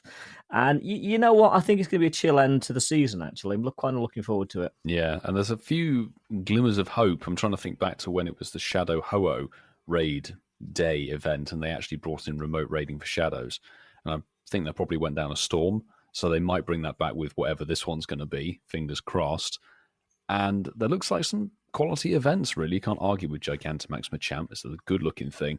And 2 new Dynamax Pokemon. Very nice. It's funny you say about G-Max Machamp. People were purposely not powering up their Dynamax Machamps because they've been saving them, so it kind of should have been out a little bit earlier. But you know what? Roadmap. Other way around would have been ideal, really. But then people would have taken down Snorlax too easily. So easily. Oh, yes. Still would have found it difficult to catch it, but you would have taken it down easier. You have more chances to struggle. Exactly. But that's the roadmap, is it? The throw circles will get better as Gigantamax is in the game for longer, won't it? That's how it works. We'll see what they do with Machamp. I do find it funny that they never actually acknowledged the throw circle despite it being fed back. But other issues. Yeah, I think for me, just 2 words, Shadow Rookedy. I think that sums it all up for me. Is that your new favourite? Dynamax? No, listen, there's something for everyone there. I think this is a strange time of the calendar. May, certainly when you've got GoFest in June. I think it's just getting that balance right, and I think they've got it right there. I like the spotlight hours. Sandygast will be getting a little bit more love now than it did in Barcelona. I think Adam will recall the amount of times Daxi was going shade for Sandygast all the time. Well, not anymore. I'm excited for that. It was a really great show. It's so nice, isn't it? So good. And then June, boys. June is going to be a whirlwind, boys. It is going to be a whirlwind. But you know what's been a whirlwind for the last week? What's that, Ian? Well, we asked for people to send us WhatsApp voice messages, and you know what? I think that they've come either way, but we've had a couple of replies. First up, PayPal Simone's been on. Brilliant. So, lovely. Sat here neglecting my responsibilities as a business owner, a parent, a husband, and a human. Mossy lures on. And if I click on one more, of these little things and it turns out to be an oddish, I think I'm going to go down the road to Aldi and just scatter all the radishes all over the floors and start stamping all over them. I'm determined to evolve this thing into the apple pie that your former co-host was so excited to have into the game. I'm determined. Thank you, Simon. Fingers crossed. I didn't realise you could click on a Pokemon pin. I was clicking on like Tangela's appeared. I was like, what the hell is going on? They were still dropping apples though, sometimes. If you caught them, yeah. He's funny, Simon. Is smashing radishes on the floor in little. Love it. Poor audience, dude. They didn't do anything. We love Simon. Thank you for dropping that message. Next up, we've got a message from Lee. Hi guys. I thought I'd just drop her a message. I just listened to the last pod about the Go Fests. We unfortunately can't do the in-person ones this year. But we were thinking, we're in South Wales, we were thinking of coming to meet up with you guys to do maybe the Saturday for the Global Go Fest. So I don't know if that's something we can do. But if you were going to announce where you were going to likely to do it, then we would love to come and meet up and do some raids and stuff. That would be great if we could. So yeah, if that's okay with you, that'd be great. Thanks. Absolutely okay with us. Absolutely is. We'll be announcing it soon. We're still tying down the location, but let's face it, Milo, after a Go Fest season, doesn't like travelling more than about 100 yards, so it's probably going to be an Ealing, but we'll confirm as soon as we know. You later. Yeah, I mean, it pains me. I haven't got anywhere near as good as. To be fair, like I think both venues that we go, I say venues. It sounds like we're booking a conference hall, doesn't it? Both locations that I play up north and I'm joking in the Midlands and in London have got decent pathways you can walk around and decent parks. But I think. Yeah, let's face it, it's going to be London, isn't it, Ian? Come on. I'm not committing to London just yet. I'm hoping Milo actually has a little bit of incentive to move somewhere else. But let's face it, he's probably going to refuse to go anywhere other than his backyard. Yeah. But Lee, we'll let you know because we'd like to meet people and it'd be great to have you come over. And I think these are the events which give people that sort of opportunity to create their own Go Fest experience. I think it's nice to do it with other trainers. And come and join us. Adam might be there as well. He hasn't announced it yet, but you know, he might be there. You know what? If he comes to Paris, it's only a few days later. Exactly. It's so funny when you hear you guys talking about like going to different places because like over here, like I live in California, and like it takes an hour for us to drive somewhere, and they're like, that's fine, whatever, or like 2 hours or whatever. That's it. Well, when you come to Santa Monica, it's like you say, it's about an hour to get up there, isn't it? Yeah. Or like if I go to like San Diego or like whatever, you know, that's like 2 hours down San Diego, isn't it? Yeah. But you guys are like, for you guys, it's like the distance. Yeah, but the thing is, your roads are better than ours. Yeah, but like you guys are like, it's small though. You know, it is small. It's not that far to go. Hey, have you seen how big California is? A little bit. Yeah, just like this. It's crazy. So I didn't know that, Adam, because I always had images of like you just get out your front door, stroll, and 10 minutes you had Santa Monica, pier there. No, not at all. 5 minutes you were downtown. I live, how can I say this up? Putting my day, but let's just say I don't live too far from Santa Monica Pier, and it takes me about half an hour sometimes with traffic. Yeah, when I was out there actually for Unova tour, I'd got about a 45-50 minute drive to get there. Yeah, you know. Yeah, I know. I love LA, but yeah, I definitely know. That's why it's funny when I hear you guys talking about like, oh yeah, if you guys make it, I'm like, man, y'all are like 5 feet away from each other. We're literally, it's 100 miles to get to London, and yeah, we do bitch and moan about it being a 2 hour drive. Yeah. If I go to Comic-Con, it's like, yeah, because that's San Diego. So that's what, like two and a half hours for you? Yeah, like 3 hours. Yeah, basically. I drive back and forth every single time. So. Yeah, that's good. I love it. A couple more messages. Actually, one of our patrons and one of our sort of local crew, Dwayne's been on. Hello, lads. It's Del Hazard here. I just got done listening to your latest podcast where you've answered some messages. So here I am. I hope you don't regret it. Thank you. I don't really have much to talk about. I did want to, I know you're probably going to talk about it anyway, but we've just had Vanilla Community Day, which felt more like Dynamax Raid Day for Entei, which I am just not a fan of. And I'm pretty sure a lot of people will share the same sentiment as me. So we had about, I don't actually remember, 60, 80 people in Ealing, it felt like, And obviously with Entei, you can only do lobbies of 4 people. So it was quite a headache, to put it lightly, to get lobbies going with who you wanted to be in with, and making sure you actually had the right counters and stuff to actually do the battle in the first place. The first one we did, I got into a lobby with 3 others that I knew, and my mons pretty much all died straight away. I don't know how it works, maybe I got targeted by the boss or whatever. But then trying to go in and do it again, and trying to get in with the right people constantly jumping out and back in again, which is understandable because people want to do the battles with their friends or whatever. I got very frustrated and was pretty quickly very avoidant to the idea of doing the Dynamax battles. I straight up said I wasn't going to do any today because I was just so annoyed by it.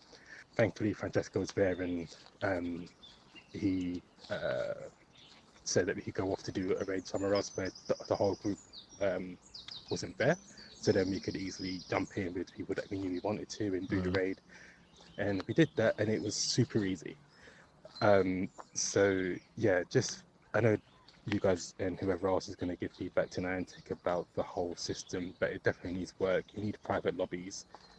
It just needs some help. Otherwise, I don't think I'm going to give much more time and effort into that whole system.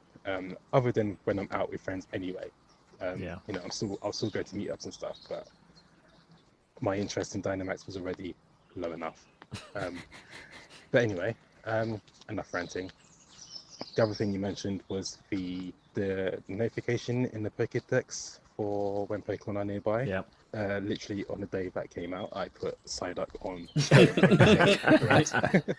And I haven't really thought about it. I've had plenty of notifications come in for Psyduck, but I've never been in the position to actually say, oh, there's a Psyduck nearby, I can go and get it. And I don't think that's an issue with the mon. Like, even if it popped up saying, oh, there's Elphys nearby, a lot of the times I'm on the way somewhere, or I'm sitting at my desk and I can't actually go and use it. So I'm not sure how useful that feature actually is, unless you're actually out hunting a mon that's like, I don't know, let's say Charcadet was in the wild and it was new and you could actually go and chase that, then I think it's quite useful if you're out and about already. But yeah, what else did you talk about? Oh, at the end of the podcast, you were talking about reviews. And you know what? I would give you a review on Apple, but I don't have Apple, Ian. Well done. Well done. But anyway, I hope you've had a good podcast and a great day. And I will see you all next time, hopefully soon. Well said, Dwayne. Love it, well love it, said. love it, Dwayne. I've got one word for you, though, matey. Airdrop. That's 2 words, Ian. It's one word on Apple. One word on Apple. Yeah. Adam, quick question to you. Apple or Android? Man, that's tough. I like the UI of Apple more. Thank you. Right? It's like more fun and easy to use. But I like the hardware that comes out from Android more, though. Yeah, that's fair. But the hardware's good. But no, I like the design of Apple. To be honest with you, Dwayne, thank you. We did ask for messages, and he ticked them all off there, didn't he? Ticked every box. Yes. And Francesca, big shout out. Thank you for saying. I was going to say, Milo, where was your responsibility to make sure Dwayne was looked after there, mate, with the Dynamax raids? They bolted so fast. It's like, God damn, they're gone. Oh my goodness me! But we didn't discuss about NT or anything like that so quickly. Did either of you guys like have a crack at Dynamax NT over the weekend? No. Fortunately not. So unfortunately not. No. Yeah, I did a few. It wasn't a difficult mon to take down, unless you got something like Overheat, which completely annihilated you. But I did sort of 7 or 8 over the weekend, which isn't a lot when your Milo's going to go, oh, I did 42. But no, not quite. 8's enough, Ian, isn't it? Who did you do 8's it with? enough. I just a couple of the locals on the Sunday, and then a friend that was visiting on the Saturday. We went and did a few. No shinies, no good stats. That's my only issue with it. The RNG is shockingly bad on these things. But you know what? I do love Entei. Beautiful, beautiful Gen 2 beast. Cool, man. What about you, Adam? Did you have a crack at it? I honestly didn't have enough time to do it. I was so busy during that time frame. Fair enough. Yeah, it was like an hour for me to get up there at that time with my group, and I was like, I'm not gonna be able to make it. So yeah, Yeah, I felt bad. Yeah, they'll come back round. Yeah, I was doing good son duties, Adam. I was doing gardening at my mum's house, so I struggled to even do any of Vanillite Community Day. It felt like it was a rush. So yeah, Dynamax battles, that'd have been a... You were getting the pasture ready for the koala. Yeah. The Very koala. good. Very good. No, Nice little link there. Yeah, I'm doing my best. No, I've got to agree with Dwayne. Like, it was a cluster, what, on the community day with, bless Vince trying to organise. It was like 80 people, and people jump in. Then there's the people who are air support, shall we say, jumping in, filling up lobbies. He's trying to coordinate. People are not listening. People are, jumping in with their friends, trying to do whatever, and couple that with some in-game issues. It just led to the group splitting up, like actually diverting and going in different ways to make it smaller and more manageable. So private lobbies are an absolute must on this sort of thing, particularly if it's one of these things where the feature is like, oh, it's great, it's on a community weekend, so you get a big group of people go around and do these battles, but then ironically you need the group to split up and go on their own way to make it more manageable. So it's kind of a catch-22 in that sense. Double-edged sword. Absolutely. With no shield. Yeah. Good. I was happy. Francesco and me went around on the Saturday and took it down. You'll be proud of me, Mark. 27 battles. Good number. Good number. And I got 2 shinies. Francesco, you got yours on episode like battle 41 or 42 or something. He used a master ball, didn't he, as well? He did on a hundo. It was a painful endeavour for him. Yeah. But we've got one more message, boys. You're never going to guess who's been back on. Penpal Simone? Oh, God, no. So that last message was sent on Friday. Since then, I've heard your Sunday episode where you've asked for WhatsApp messages. Having sent you one already, I thought I'd follow up with a second. You can have double bubble this week. Good man. I've noticed the mossy lures don't seem to spawn oddish anymore. Or at least they weren't during Com Day, which is weird. But I'm very, very pleased.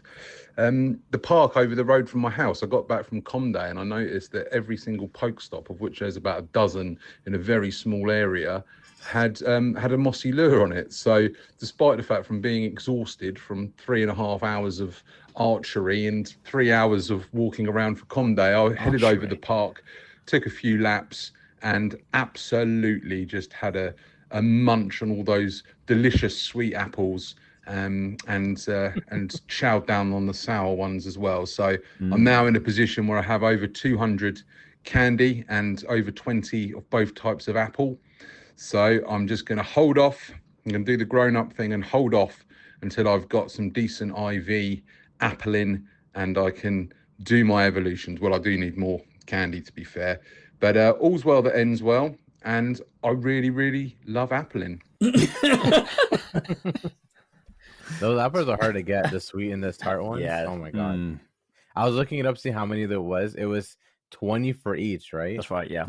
Yeah, that's what I looked up. It's 20 for each of them. No, it's hard to get, dude. You've got to burn those mossy lures because they were so rare in the wild. So rare. Yeah, Actually, community, I saw quite a lot in the wild, but in general, very rare. Yeah. Good old appling. Good old Simon. Well, we asked our listeners and they delivered. Thank you very much for all of those WhatsApp messages, and do please keep them coming in. However, there is something that appears to have a sweet and a tart apple at the base. Is that?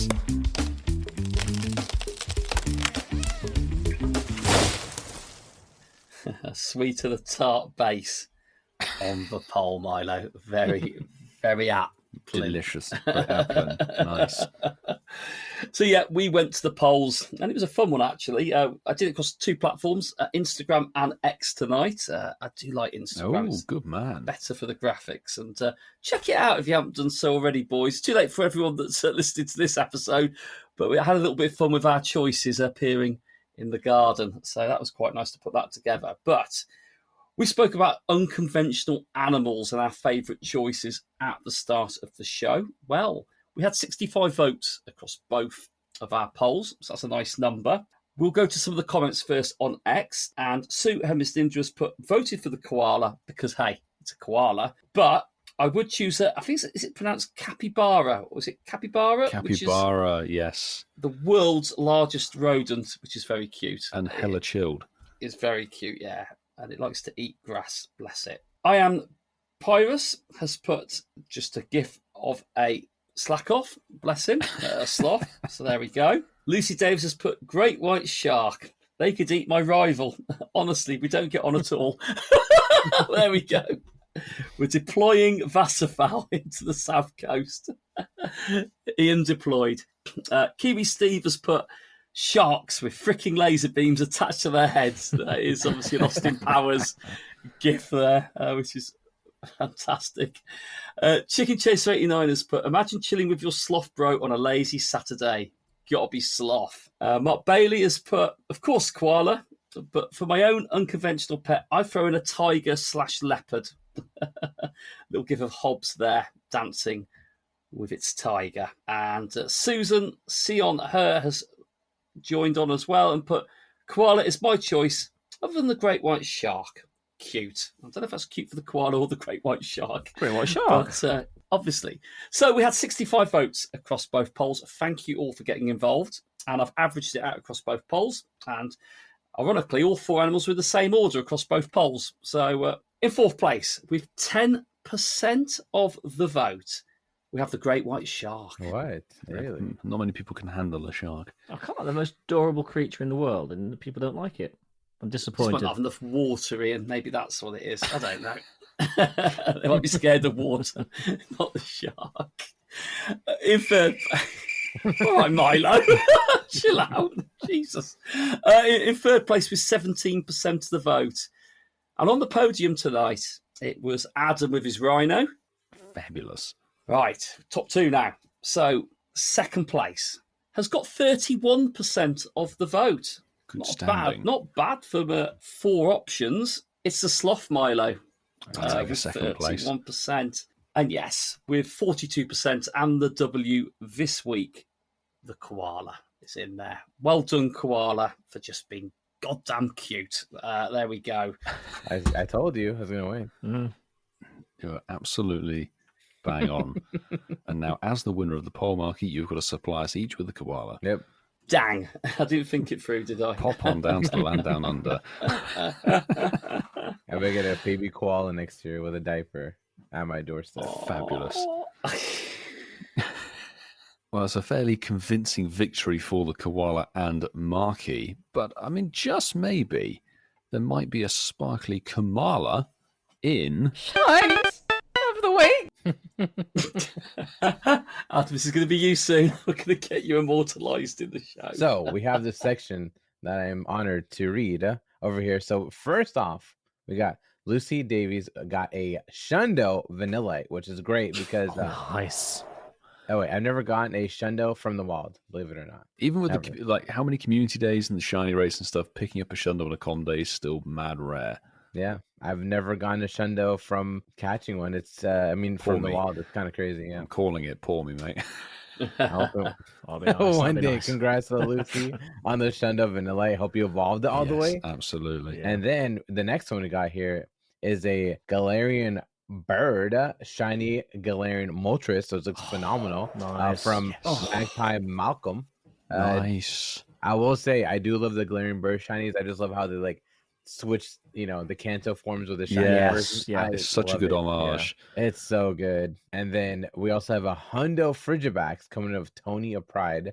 That's a great one. Baxcalibur is a phenomenal pseudo legendary. And it's supposed to be reminiscent of Godzilla. So you got a baby Godzilla right there. You got a Hundo. Congrats. Sitting pretty out of an egg. Beautiful.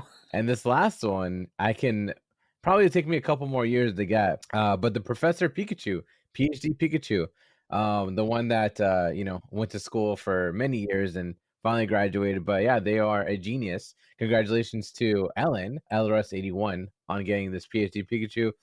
This is one feature I think that helps rural players a lot more than PC players. Yeah, definitely. Is getting that first place. I am only at like 30, I think, and living in Los Angeles, it's struggle. It's pretty hard to get imagine. A lot of I'm guessing you can't even get into the showcases a lot of the time. Yeah, no, like most of the time I'm like, oh, let me go. Oh, never mind, it's full. Oh, no, it's full. Yeah, so congrats, Ellen, because you're doing something that I probably won't be able to do for another year or two, maybe, give or take. I think we're all a long way off of that one. So yeah, congratulations. We are. I was waiting for a faster flex there. I was going, well, actually. I'm on about 53. I'm still a long way off. But anyway, it's time to say thank you for spending the last sort of couple of hours with us, at least an hour and a half actually on the show here. Just take a few minutes. Just tell everybody where they can find you, what your handles are, and just all the good stuff about Awesome Adam. You can find me on Instagram and Twitter and Twitch and TikTok at Awesome Adam TV. And then on YouTube, you can follow me on there at Awesome Adam. I post pretty frequently on everything, honestly. And I just love talking about Pokemon Go, Pokemon in general, Pokemon cards, and just life, just random little nerdy stuff. So go and follow. I'd appreciate it. I will say that I guess like the biggest thing that I've ever accomplished on Pokemon Go, and not a lot of people know this, is I think I'm the only person still in the world to get back-to-back Shundos. The Darkrai. Go. Oh, yeah. Yeah. Wow. Yep. Yeah. Wow. Yep. I know Fleece will never let me forget it. He reminds me every single time I see him. And he said, I play this game. Salty. Yeah, he's like, I play this game. Yeah, I mean, to be fair, he plays it way more than I do. But I will never forget that day. That's nobody's still done it. I mean, I hope if somebody else does it, it's someone I know, so I can personally congratulate them for it. Because it was a huge accomplishment, and yeah, I really do. I cherish them because I've never gotten a Shundo in the wild, like I said, ever, or even from a quest. Back-to-back raids. Yeah, Insane. just raids, 3 Shundos from raids, and that's it. I've never gotten a quest or a wild, so hopefully it'll happen one day. One day, Absolutely. I remember my first Shundo. I was very underwhelmed, wasn't I, boys? Yeah, Liverpool, Ian. You were like Liverpool Safari Zone. Bloody chincho of everything. He was like, oh. We were like going, yeah, thumbnail, Ian, woohoo! And Ian's like, no. No, this is not the fish. No. It's not the fish. But Adam, thank you so much for being here. And I've got the $1 million question. You've been on before. You're here now. Will you come back again and spend another show with us in the future? Yeah, absolutely. I'd love to. This is a lot of fun. I had such a great time. I mean, this is a great time to jump in. And if there's anything you want to talk about, or if you want to talk about like anything specific about like maybe like shiny Pokemon, or like or you want me to save some fun facts for next time or something like that, just let me know. Yes. We definitely want fun facts. It's been a lot of fun tonight. Sure. With you've definitely enlightened Whitfield, Barrow, and myself. I can say that for sure. Mm-hmm. Francesco saying, "Will you join us in Paris?" I think Francesco wants a yes or a no. On the spot. That's in the chat. I want to go. I would love to go. So I will let you guys know beforehand before I say anything. Let's hope the stars align. Yeah, let's hope the stars Fingers align. crossed. That'd be great. So that really does bring us to the end of the show, but we can't go without saying a big thank you to basically all of you that have spent the last couple of hours listening to us, that spend every week listening to us. We really do appreciate you being here and giving us your ears for a little bit of time every week. It means a lot. Thank you. But we also want to say thank you to those of you that support the podcast monetarily as our patrons. So those of you that are... Welcome, trainers! Those of you that are on our bronze tier, we thank you so very much. Your support does mean the world to us. But we've also recently started thanking by name our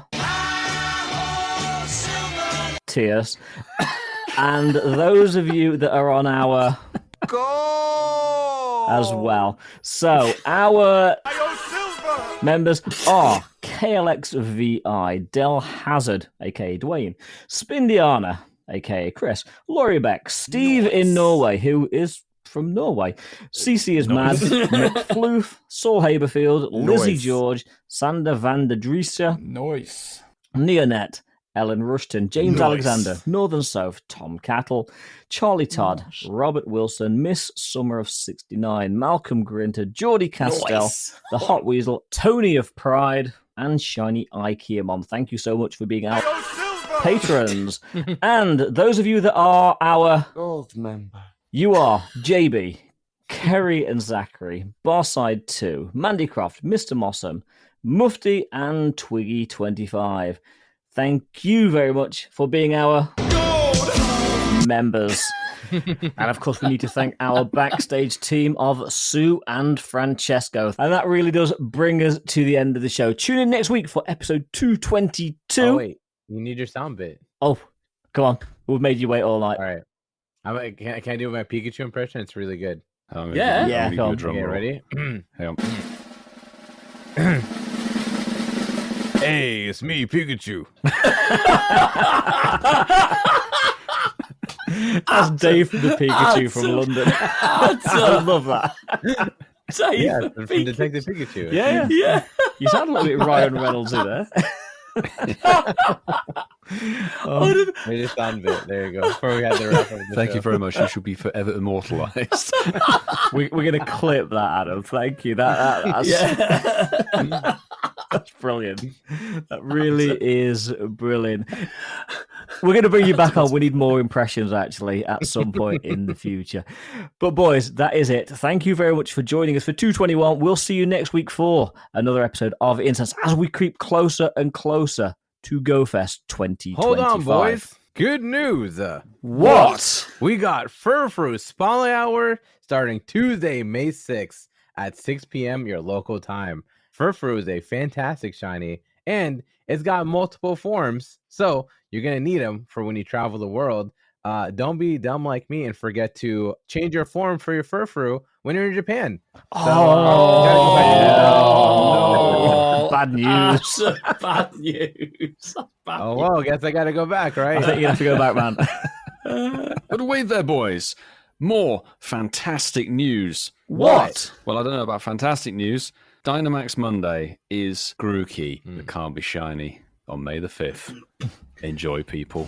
Welcome, trainers. Still, could be worse. But guys, I've actually got some pretty rubbish news. What? Yeah, Radar on May the 7th. It's a bit of a downer compared to that. All that fantastic news. Tapu Fini. Anyone? Tapu Fini is a good shiny. Oh, Milo Silver. It's a good shiny, all the Tapus. On that terrible disappointment, we'll be back next week. Welcome, trainers. Hey, it's me, Pikachu. I choose you!